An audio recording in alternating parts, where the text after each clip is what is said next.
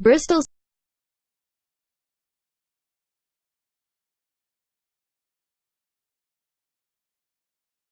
City Guardian Sport Network when Brian Clough came between Bristol City and the League Cup final. Bristol City will have to overcome Pep Guardiola to reach the final this season. In 1989 they nearly humbled Brian Clough by Stephen Pye for that 1980s sports blog of the Sport Network. Nottingham Forest won the Littlewoods Cup in 1989 after a narrow victory over Bristol City in the semi-finals. Photograph Bob Thomas, Getty Images.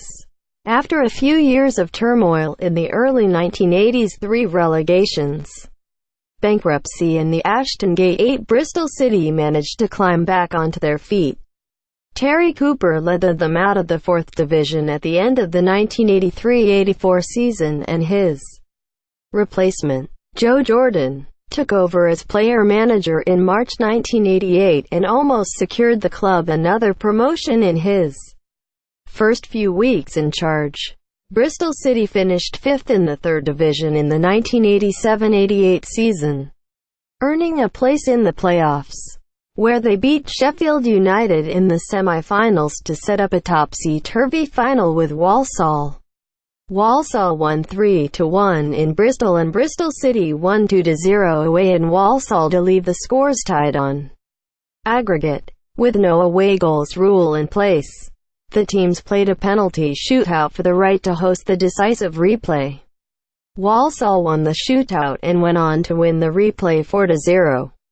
Jordan was denied an immediate success and City would have to remain in the 3rd Division for at least one more season. Bristol City won't play the brave losers. Lee Johnson warns Pep Guardiola. Read more.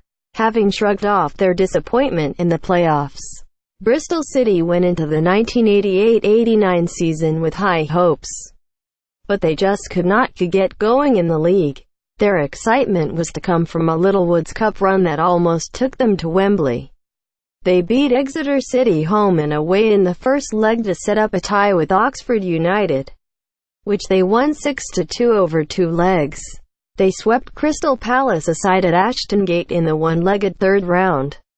Ralph Milne scored twice in the 4-1 win, his last real contribution for the club before making a 170,000 move to Manchester United a week later. A goal from Carl Shutt edged them into the quarter-finals at the expense of Tranmere. The scorer maintaining his fantastic form in the Cups, he scored 8 goals in both major knockout tournaments that season. Next up were Bradford City, who were beaten by a single goal scored by Alan Walsh in the first minute of the quarter-final. Bristol City had made it to the League Cup semi-finals for the first time since 1971. The run was expected to end against Nottingham Forest in the 2-legged semi-final. After all, Brian Clough was in the process of building a team that probably does not receive the credit it deserves. In the next 2 years they would achieve 2 third-place finishes in the 1st Division, play in 2 FA Cup semi-finals, and win 2 League Cups and a full Members' Cup. Forest had players such as Stuart Pearce, Day Walker and Nigel Clough, but the focus was on their manager, who dominated front and back pages in the build-up to the game. Clough had been fined and given a touchline ban for striking his own fans when they had invaded the pitch after Forest's win over QPR in the quarterfinals. Clough was hoping for some positive press as he tried to lead Forest to their first major Wembley final since 1980. Facebook, Twitter, Pinterest. Stuart Pearce celebrates after Nottingham Forest's win over Bristol City in the League Cup semi-final at Ashton in 1989. Photograph Getty Images.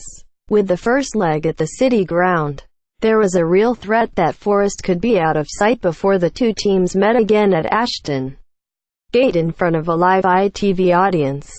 Clough's team were flying, having racked up 10 wins and a draw in their last 11 matches, and it was little wonder the visitors were priced at 9/1 to win. Walker, recently awarded his first England cap, couldn't force his way back into the Forest team as Clough stuck with his centre-back pairing of Steve Chettle and Terry Wilson. Nottingham Forest piled on the pressure, but Bristol City's defence stood firm. Keith Waugh had a fine match in goal, with Rob Newman excellent in defence and 37-year-old player-manager Jordan ploughing a lone furrow up front. Forest probed constantly and should have scored when Pearce was clean through, but he hit his volley straight at the imperious Waugh. Even when Forest did put the ball in the net, Lee Chapman's goal was ruled out due to offside. When the first goal in the tie arrived, it came from an unexpected source. Defender Paul Martin, a 19-year-old Bristolian playing in midfield to deal with Steve Hodge, chose a fine time to score his first and only goal for the club. Mark Gavin laid the ball back to Martin on the edge of the Forest box and he drove it into the corner. City were in the lead and in dreamland. "It was the best strike in my life," said Martin. "One in a million. You don't hit many like that. I don't remember it going in. I was swamped by so many players." As the City fans celebrated wildly, Nigel Clough apprehended a jubilant supporter, with City's John Bailey also escorting a fan off the pitch. "He was on cloud nine," said Bailey later. He kept saying, "I can't believe we have scored." It looked as if Martin's goal would give City the advantage going into the second leg, but Forest were given a lifeline in the 84th minute. It was heartbreaking for the visitors and for John Pender in particular. He tried to pass the ball back to Waugh but could only look on in horror as it rolled past his keeper and into the corner of the net. Agony. Facebook, Twitter, Pinterest. Neil Webb in action for Nottingham Forest against Bristol City in the second leg of the semi-final. Photograph. Barry Batchelor, PA. Bristol City had the better of the first half when the teams met 11 days later for their second leg. Forest had to double up on Walsh. Sutton had to be hit his best to save a shot from Steve Galliers that deflected off Jordan and Galliers. Martin and Steve McLaren were overrunning Hodge and Neil Webb in midfield. A few stern words from Clough at half-time seemed to do the trick, with Waugh having to save efforts from Gary Parker, Chapman and Pearce after the restart. Nessun Dorma, the podcast that celebrates 1980s and 1990s football. Read more. With the game seemingly drifting into extra time, the ball fell to Walsh's feet in the box and he had the chance to take Bristol City to Wembley. He swiveled and guided his effort past the goalkeeper but against the foot of the post. In the moment that Forest scrambled the ball away, one felt that the best part of 30,000 hearts had been broken, wrote Clive White in the Times. With no away goals rule in place, the tie appeared to be drifting towards a replay at Villa Park, but with just 6 minutes of extra time left to play, Parker popped up and scored the winner.